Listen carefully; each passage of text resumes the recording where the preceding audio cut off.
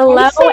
and welcome to One Called Mama. I am your host, Sam, and I'm so glad that you are here today because I have my amazing friend Bobbie with me today, and I just love her to pieces. It's going to be so much fun. How are you, Bobbie? It's wonderful. So glad to be here. And I'm so honored that you asked me to come on. This is going to be fun. Oh, it's going to be so fun. Um, Please share a little bit about yourself before we dive in. I would just love for you to just share a little bit about who you are and Sure. let them get to know you. Yeah. So, a mom of three that we homeschool, my husband and I support him in ministry. He serves as a pastor, so it's pretty cool. I play for the church and I'm the worship leader, sometimes the children's leader too. It's really cool that we have all these hats that we wear. I enjoy serving people, and I've recently understood that to be a purpose of mine is to love people and serve them. Any means necessary, even when I don't understand. And so, yeah, that's me in a nutshell. I love my widowed mother that I care for and my mother-in-law. They're both widows. So that's part of my mission here on earth is to love and care for them as well. Wow, that's awesome. I love that. That you said you just discovered that it's your purpose to serve others. And it's so funny to me because it's like in everything I see you do, you serve. And Um, it's like I think everyone else sees that about you and that you are just recently in your life this last year, how you're really fully stepping into that and how you've shared a little bit with me earlier this year about what that looked like and how that was playing out. And I'm sure we're going to talk about that. So, you've had a lot go on this last, I would say full year, because yeah. Um, what has God been doing? Because he's really moved you in a direction that I think wasn't expected. And yeah. let's talk about the faith walk that you've had in this because it's a lot. It's a lot that he's been doing in y'all. Sam, it's interesting because I felt like I was comfortable and perfectly fine doing the will of the Lord, I would say. Well, and got in a position where I was uncomfortable at some point in our journey. We were used to just pumping out transactions and starting again and God just quieted the storm essentially, right? He just kind of slowed us down to a point where I started working from home more. The kids saw me more, which they were excited about. And I started loving that space. Whereas before I hit the ground running at 5 and I probably finished at 9, right? I'm taking breaks as I could, and God just kind of tightened that window. And as He did, I began to hear more of what He wanted versus what I thought was productive. And that felt uncomfortable, Yeah. honestly. Wait, but I need to go do this, I need to go do that. And it was like I had my glass ball and rubber ball mixed up. The business will bounce back. That's in a rubber ball. Things will drop. Yes, it's life. We're human. The glass ball will shatter. And it's so difficult to even imagine putting those little pieces back together. And so I just really didn't have clarity. I thought, had you asked me this some time ago, I thought I was, this is my glass ball and this is my rubber ball. But I had that kind of mixed up. My priorities were not as such. And so as God quieted the storm for me, He kind of tightened the window of opportunity a bit. I began to focus more on Him. In fact, I remember hearing very clearly, keep your eyes on me. And Ooh.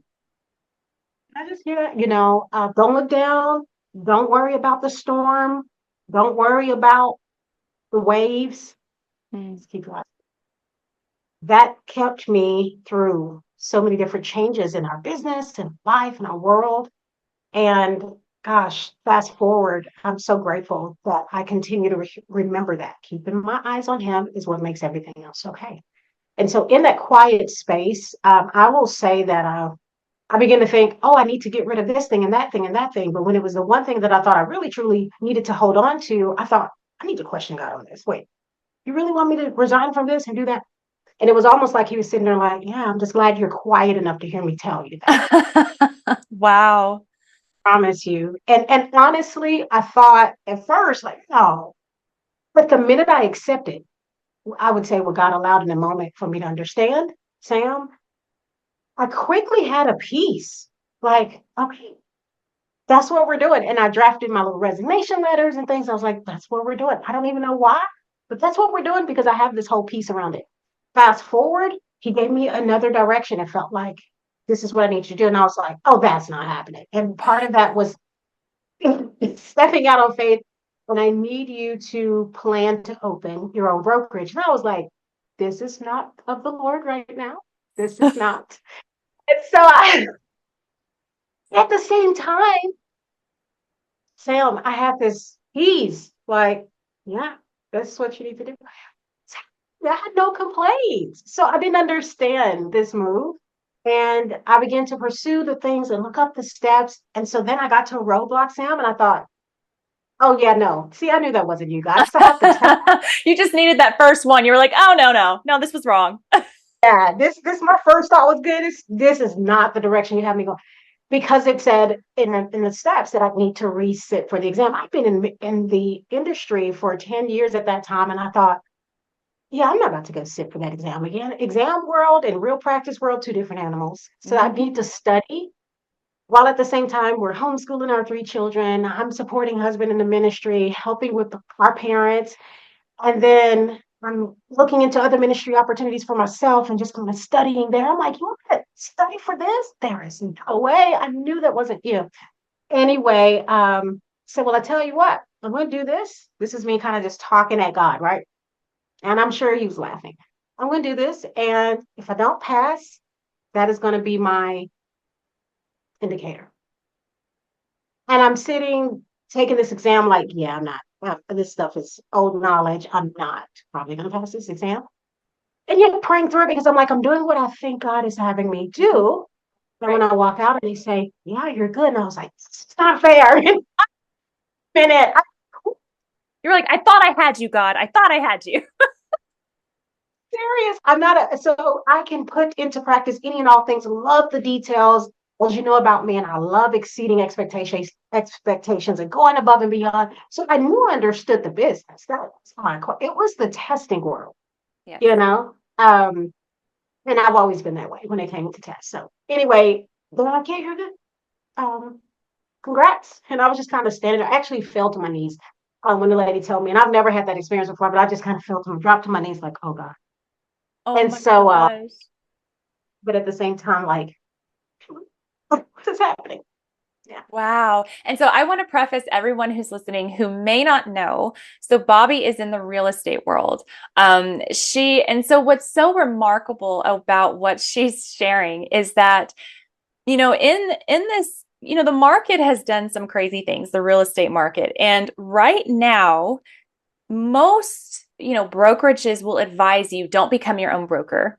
Have a team, stay with an already established broker. They have the training, they have the resources, they're doing all of that hard work for you. They're covering the insurance, they're the one carrying the liability. Like, stay with a broker. And to do what Bobbie has done in such an uncertain market, which was 2024, 2023, with everything was shifting and changing, this step of faith was a really big one, especially since, Bobbie, I hope I'm not speaking out of turn, but this is like your bread and butter. Like, this was how y'all were, this is your income, this is your livelihood, this is how you're paying the bills. Yeah. And so to do this, it was really so beautiful to watch, because I worked with you for a very short time and it was wonderful. Wonderful. And oh my goodness, wonderful. It was so wonderful. But I saw how God was just like slowly narrowing your focus, and just seeing how you were strategically pulling away from things and giving yourself space and giving yourself time back to focus on what was really important. And I just saw you strategically doing these things. And I remember you telling me how you were like, yeah, I feel like I might be my own broker. And we had this conversation. Yeah. We were like, well, okay, just do it. It was just... And I was not expecting such an answer from you, Sam, in that moment. Probably I was like, no, you're not supposed to say that. You're supposed to talk out of this. And you're like, right? And so what's really cool is that we often say God, family, business, because it sounds great. It looks good on paper. Mm-hmm. I truly had to realign my day with God, family, and business. It reminds me of Matthew, where it says, seek ye first the kingdom of God and his righteousness. All this other stuff, it'll come, it'll be added, whatever that is. This is your first baby. And I think, in fact, I know in prior years, an effort to love winning. Okay. So don't get me wrong. I love being number one team or number two top, whatever it was. That was I was like, hey, that's ammo. So I can say that easily the enemy's so cunning. Easily can we shift seats and allow something else to take priority over God and family. And so, like I said, I'd start my morning early. I knew what the business world schedule needed to look like. I could tell you with my eyes closed and half asleep what my calendar would likely look like. My 20%. Here are my things I'm doing. Mm-hmm. And I had to, it was almost like he opened up, took all this off of from in front of my eyes and just said, now you can see. There's no fall. Do what you say. And God, family, business is the order things go in. And I found myself loving being home more and not worrying. Took me a minute to get there. I'm still figuring it out. Worrying about what's coming because I understood clearly that God would provide. In fact, I went into a store that nobody knew me there. And the lady says, as she's checking me out, true story, she's like, oh God, like she just stopped. And I'm looking, there's a line. I'm the one she's checking out. She's, oh God. She's like, I have to tell you this. And so by this time, I'm like, I don't really care about the line. Tell me, tell me. What? She's like, God says that his well will never run dry. Girl, Nuh-uh. I'm not playing. I'm like tearing up talking to you about it. And I Whoa. said, ma'am, she said, yes. And she was like, oh, good. Like she was so sensitive to what was happening. This is the lady checking me out. Okay.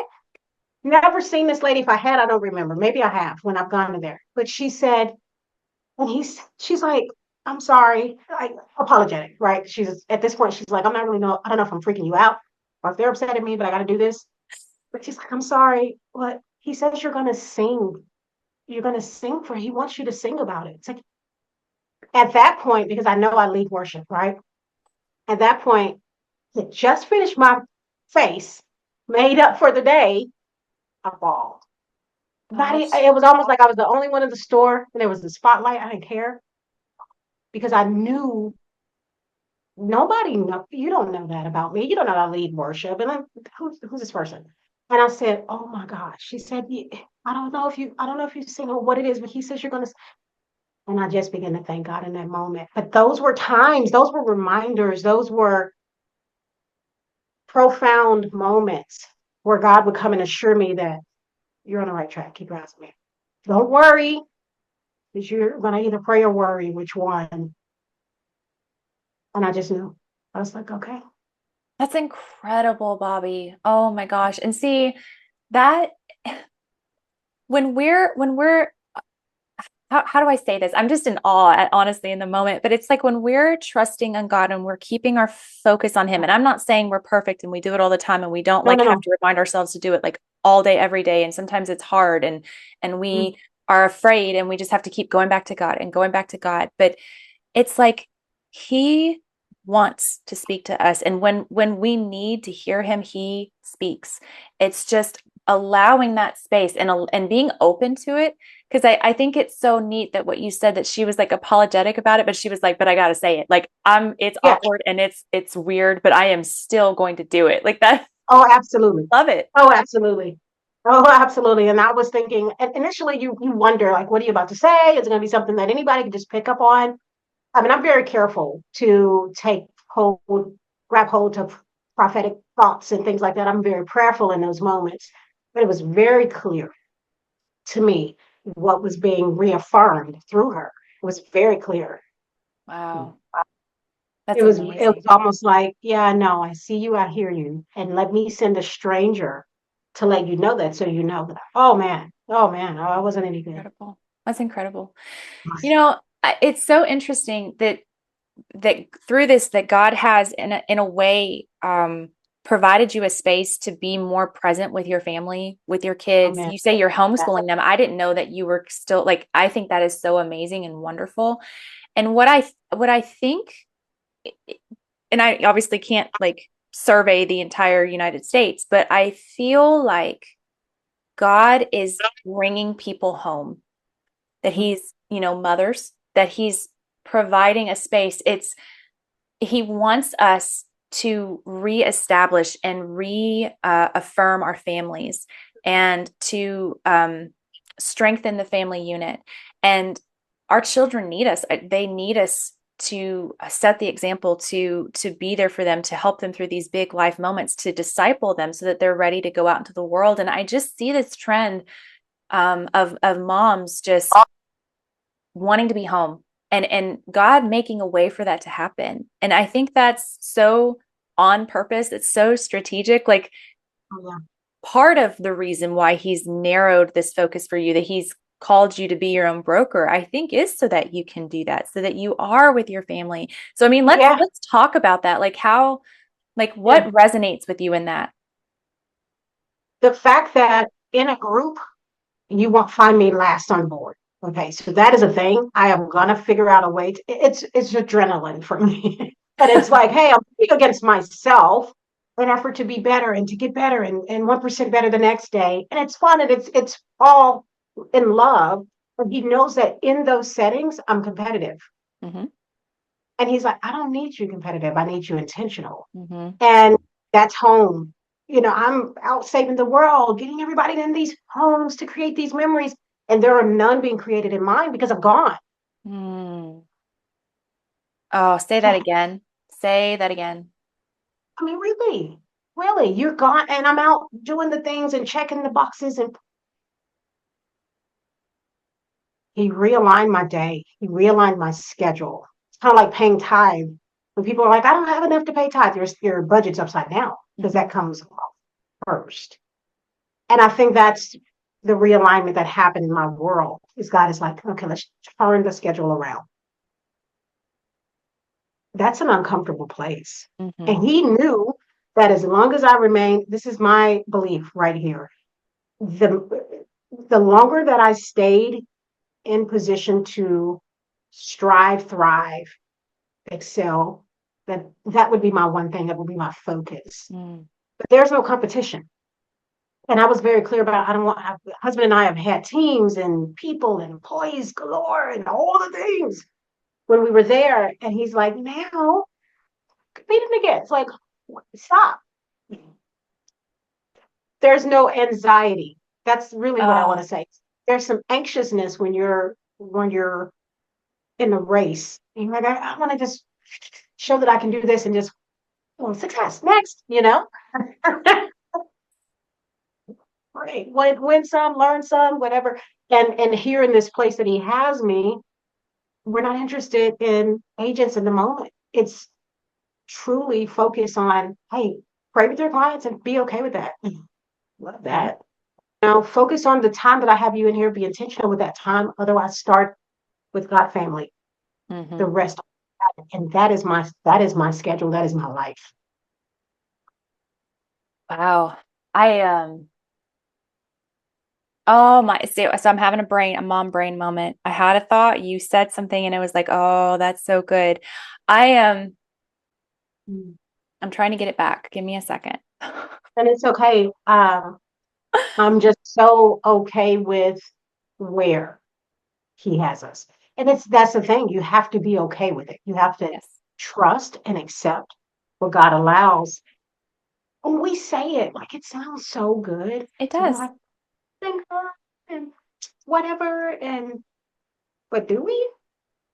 Or do we feel like we have it figured out? So we're doing the things and it's working. But when he removes the ability for it to work and function and run as it has, he's like, so, you want to listen to me now? That's so good. It was like he was forcing it, right? It was like, okay, I'm not getting your attention, so we're going to take this away. Okay, I'm still not getting your attention. I'm going to take this away. And he just kept narrowing your focus and bringing you in. Well said. So good. Well said. And even to the point where I thought, well, Lord, really, there's just no way for me to really do this from my home office. I really want to. And then we with this building that I said no to, by the way, because I said we don't need that many rooms. This no. My husband said, "Are you insane?" I'm thinking, I'm like, "Are you okay?" I was like, "We don't need that, you know. Just need like one little spot, little corner. That's it. Doesn't take all that." And then the door just swung open. I remember there's one guy we have come to our church every year, Hmm. Elijah Anderson. And that's the one person that I can say I believe God uses as well in ministry, like he does so consistently. And he said to me, doors are going to fling open. And I don't remember a lot of my memories not that great. So I just tell the truth. So I don't have to remember anything, right? But um, remember that. And it reminded me of that with our current facility.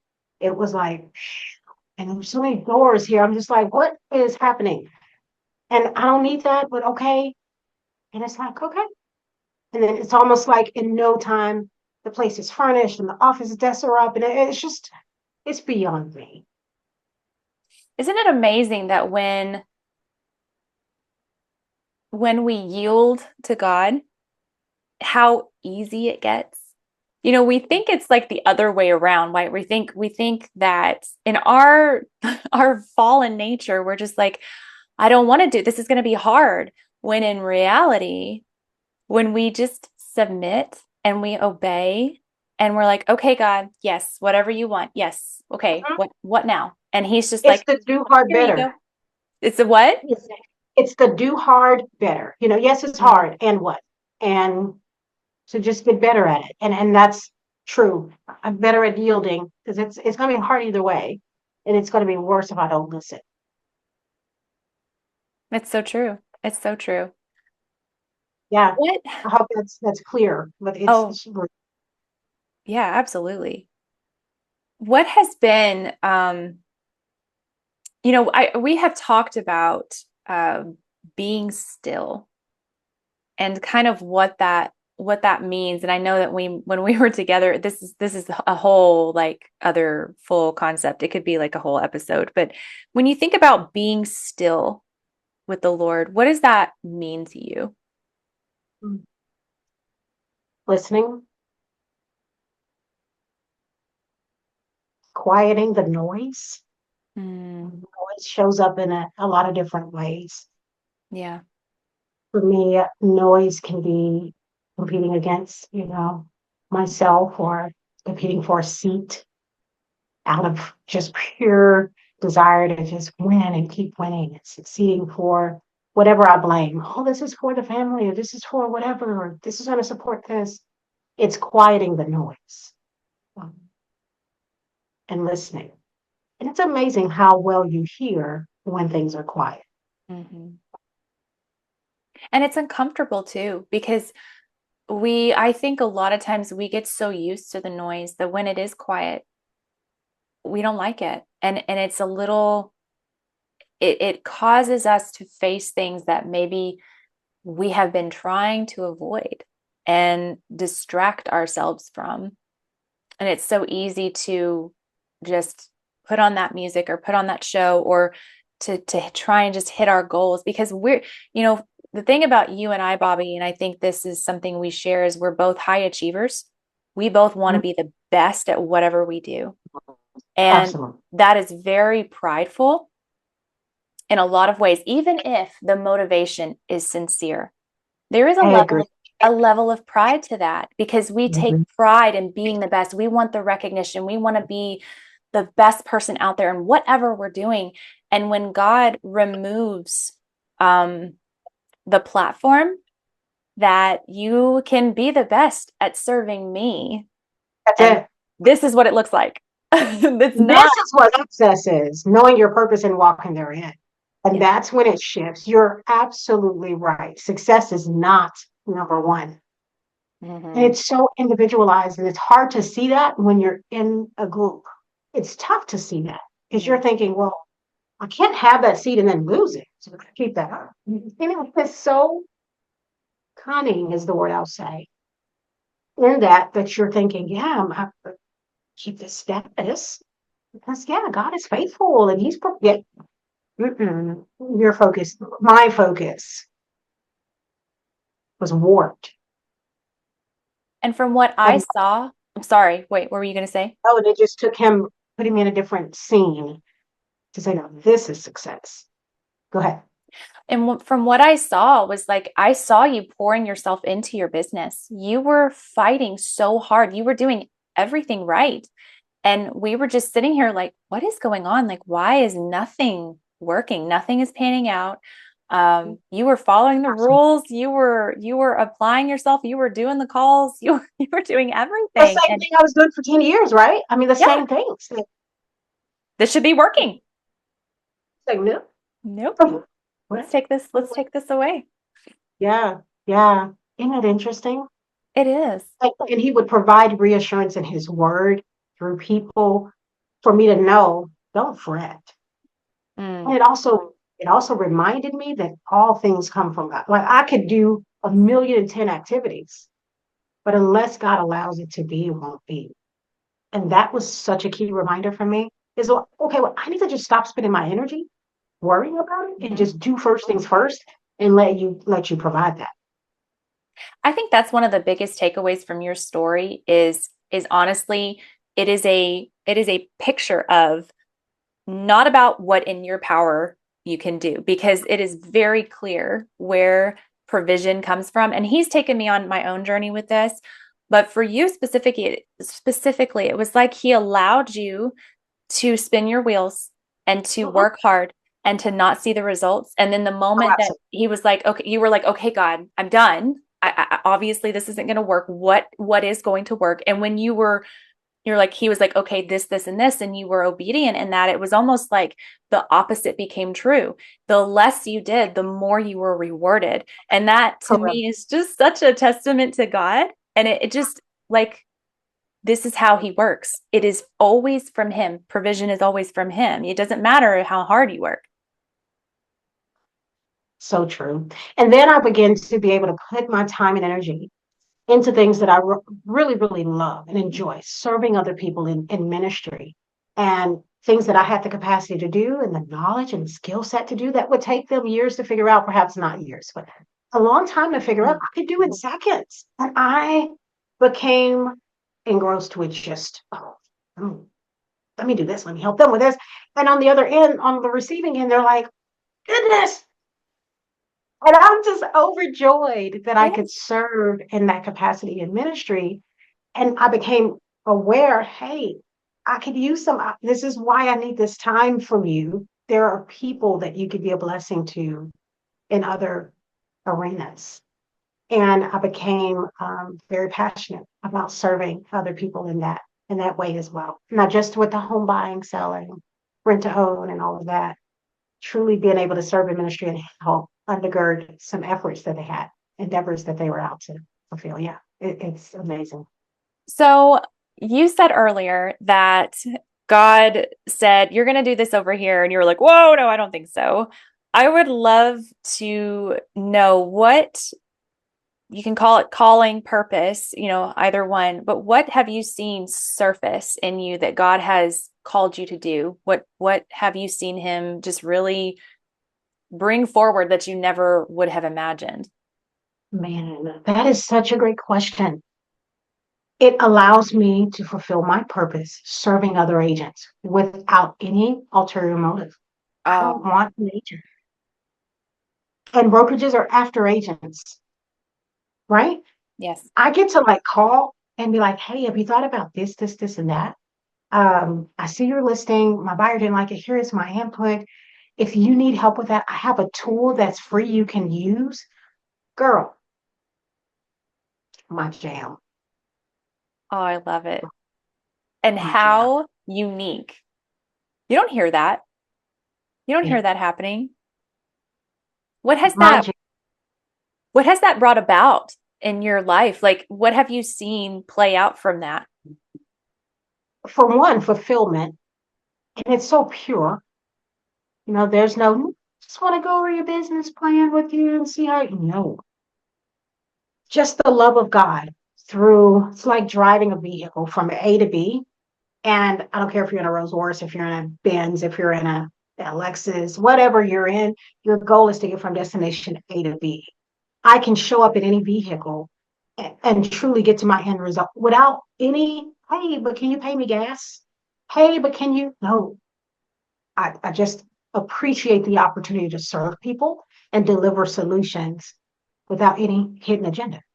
So fulfillment for me, being able to share God's love and what it really feels like. For people, some people are not true believers, or they may have heard, or they're like, oh, on offense. But to be able to say, here is God's love. Here's what this looks like. Yep. And my hands are not out.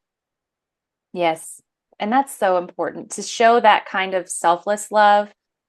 That's something that people don't expect. You know, they anticipate you to want something in return.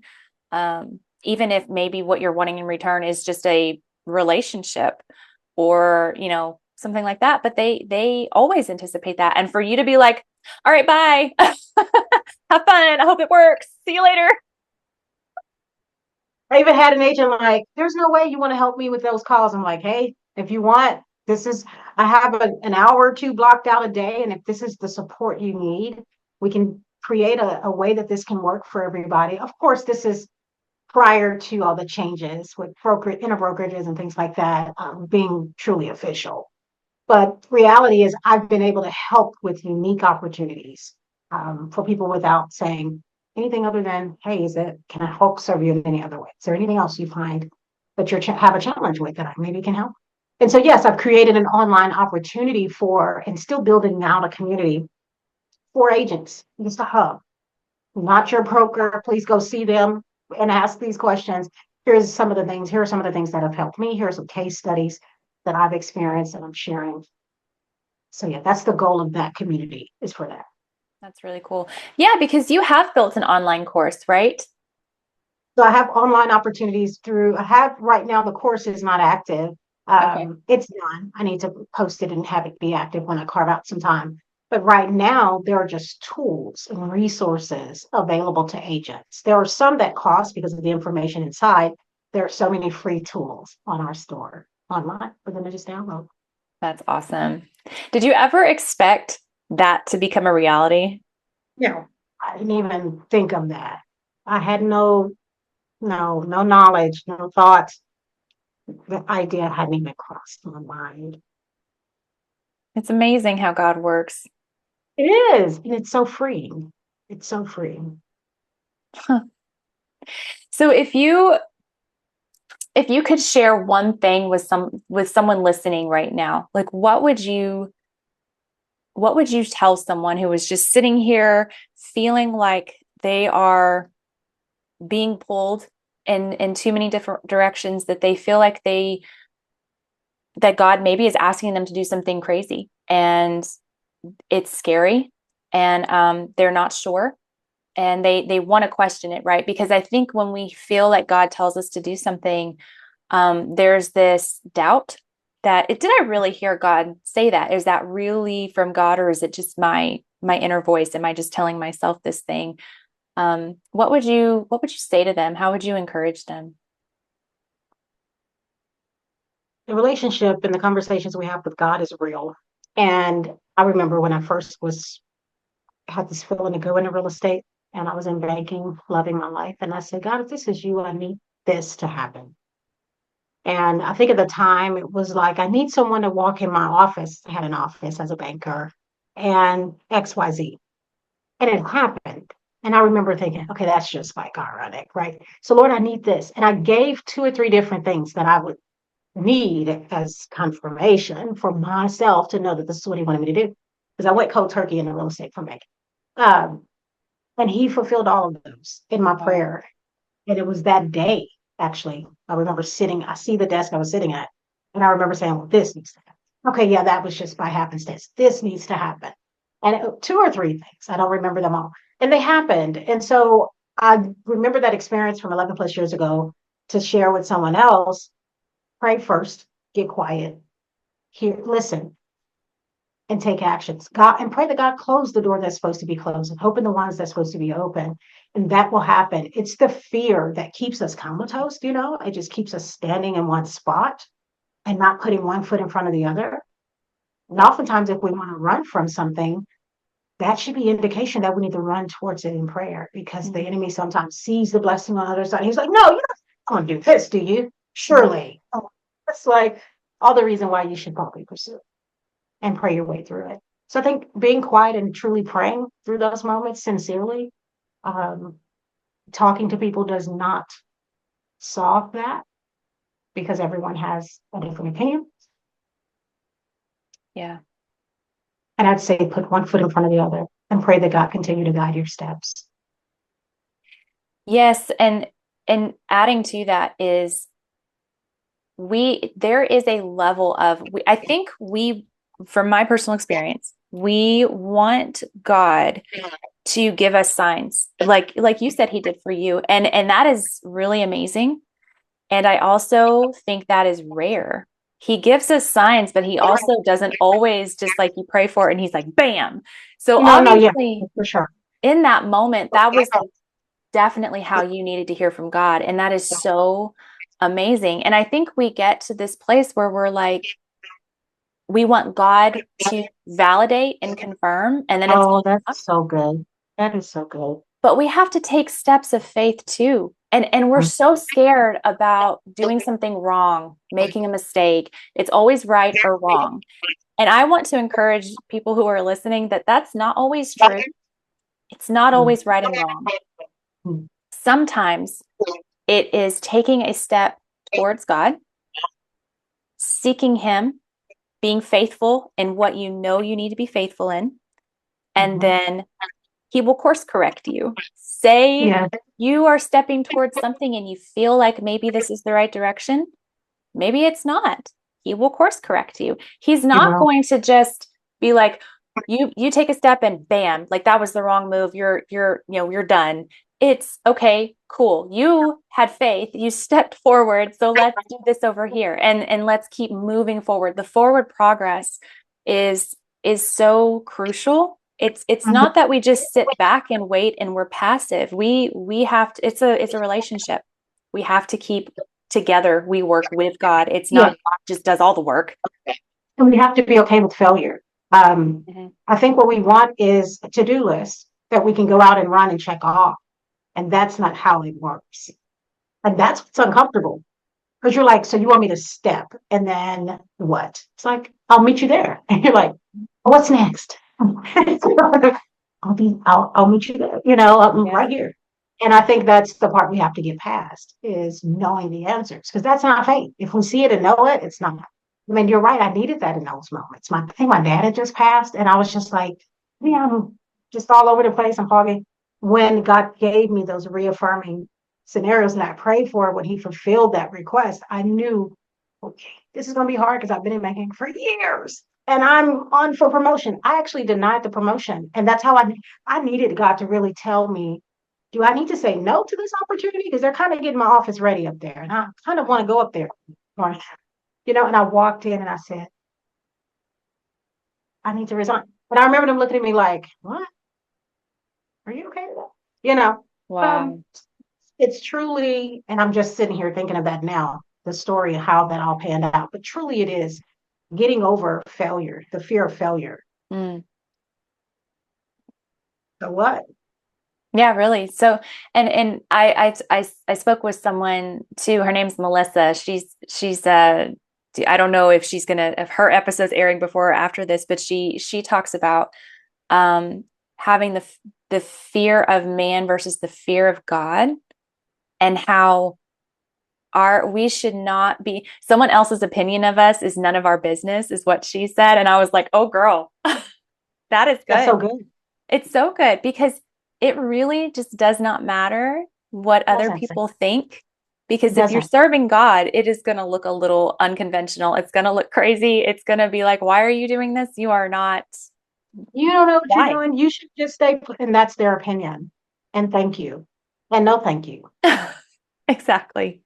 And I think about it too, as mothers, we hear that we're so bombarded with, this is what you should do for your child. This is what you shouldn't do. This is going to, I mean, it's overwhelming. It's defeating a lot of times, thinking about all the things that people are putting in our brains about what we should and shouldn't do with our children. And to be quite frank, only you know what is best for your child, and what is going to work for one child is not going to work for the other, because every child is different. you have just opened up something that I have to share now. It is just like judging people who rear their children in one way over another. You could sit, I actually had this happen at the basketball game. You could sit near a family who's choosing to have patience with their child and judge them and say, you should take them out, or you have no idea the severity of their condition. You don't know what's happening with them. You don't know, like you just don't. Mm-hmm. So you pray for them and you keep on to your business. But reality is we're in the society. Everybody has an opinion. Mm-hmm. And what you get is eyes, beaming at you, looking like of judgment, really. And so Mm-hmm. you feel this pressure. I see parents feel embarrassed by how their child is responding to something. And so they react because they're embarrassed. Yeah. In essence, God doesn't do us like that. He's patient. Yeah.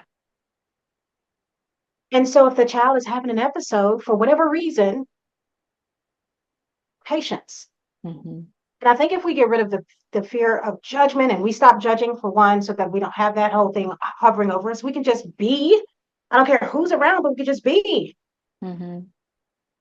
And if I choose to have patience with my child in this moment, despite what you feel like I should do in response, that's my choice. But I think we feel the pressure of the eyes, the judgment, and we respond and react. And that's the wrong action to take. If we are acting in love towards people, all people, we should not end up in a situation where someone else feels judged or guilty or this awkward feeling. And specifically with motherhood, I have felt that way because our son is very passionate, very strong-willed, and that is a wonderful thing. And that is how God made him. And that also means that he has very big tantrums. He has meltdowns over the smallest thing, and it has been very challenging. And there have been moments where I'm walking out of church or I'm walking out of a store and he's trying to hit me. He's yelling at the top of his lungs.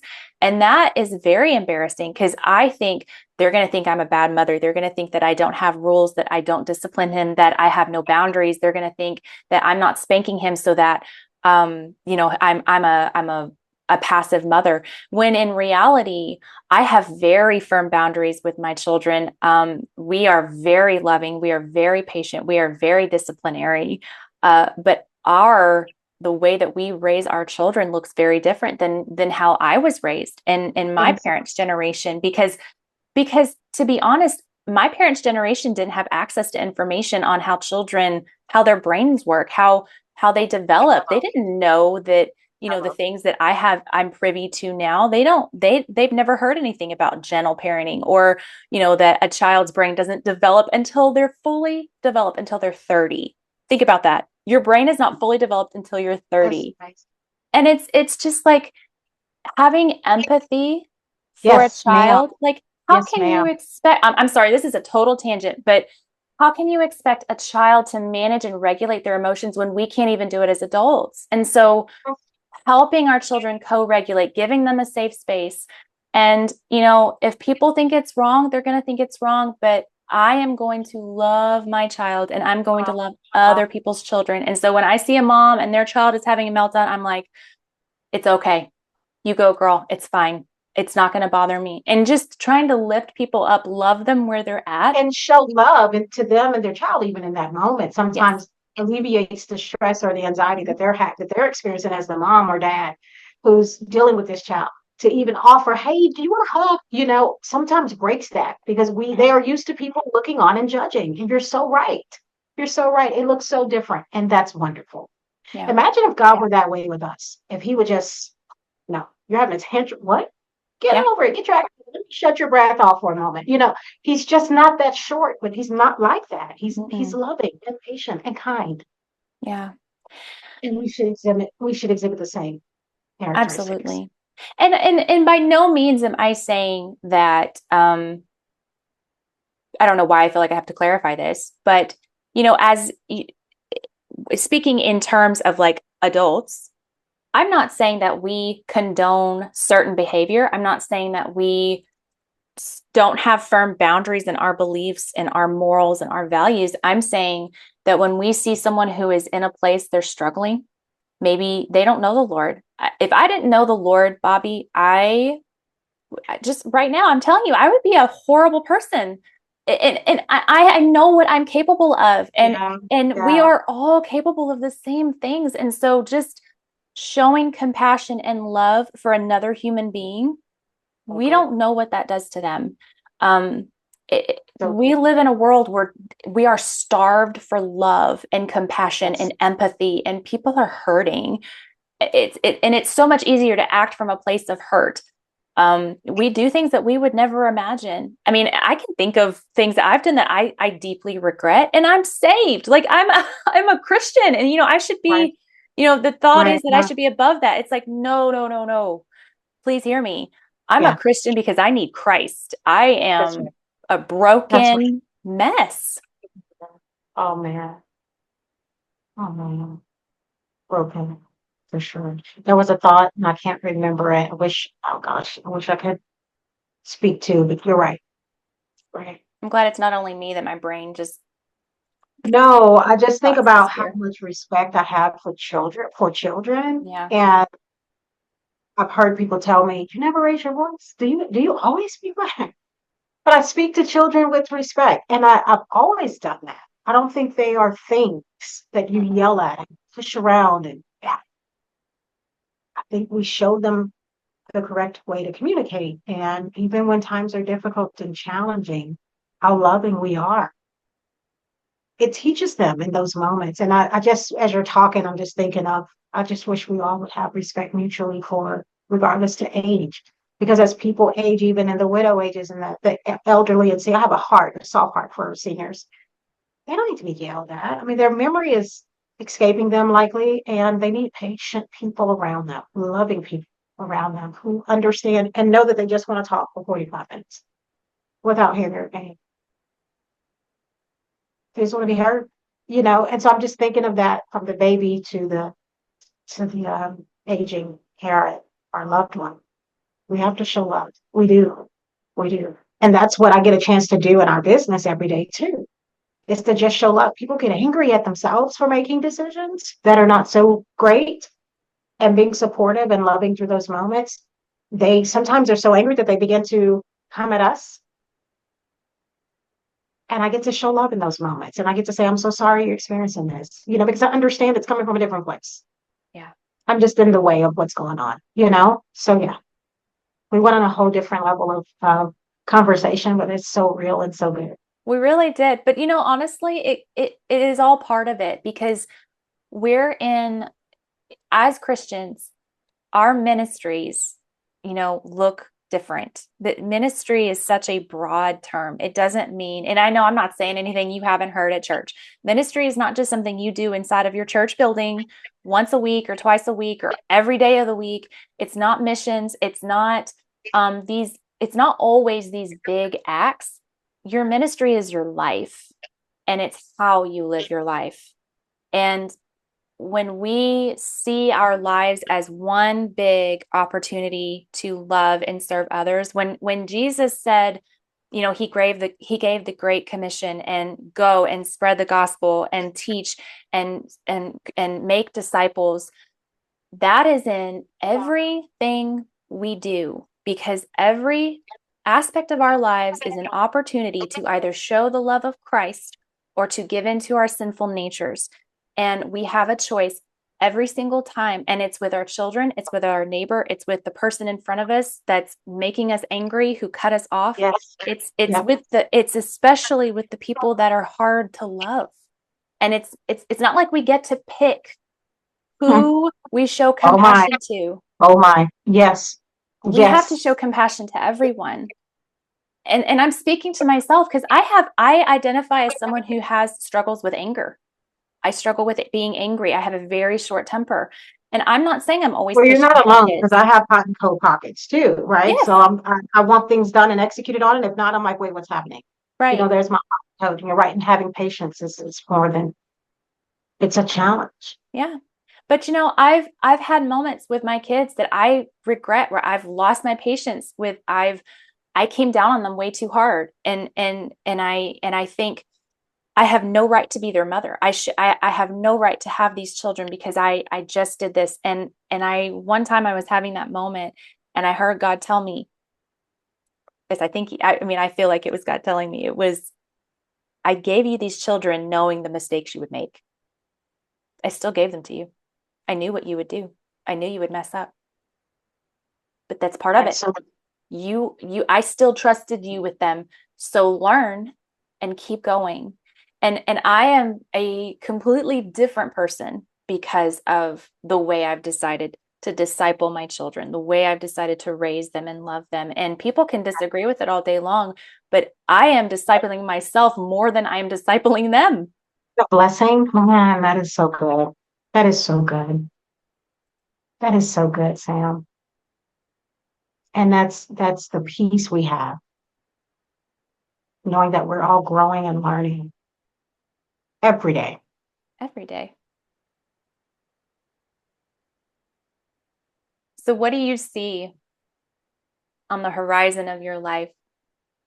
Like, what do you see God doing that you are maybe anticipating or excited about, or just, I don't know. I feel like things are always on the horizon, that he gives us little sneak peeks of things. Yeah. I see the day that I can give to change other people's situations drastically. And I'm excited for that day.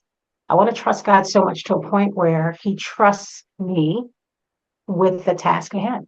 Because sometimes we take matters in our own hands. We're like, no, no, no, no, we need to do this for this. And we need to save this for that. I trust God to be enough to be a conduit. Send it to me and I'll have it go out where you have me to put it. And so I believe that day is coming. Where I'm able to bless and transform people's situations and not feel any hurt from it at all. And I'm excited. That is exciting. Oh, I want to hear more about that. Maybe we can chat a little after this. That's cool. That's cool. Are there any like last things that you would want to share, or that's something on your heart that you would like to say? No, I just want the person who's contemplating next moves for themselves to just pray and trust God, get quiet enough to hear, and take the leap of faith. Mm-hmm.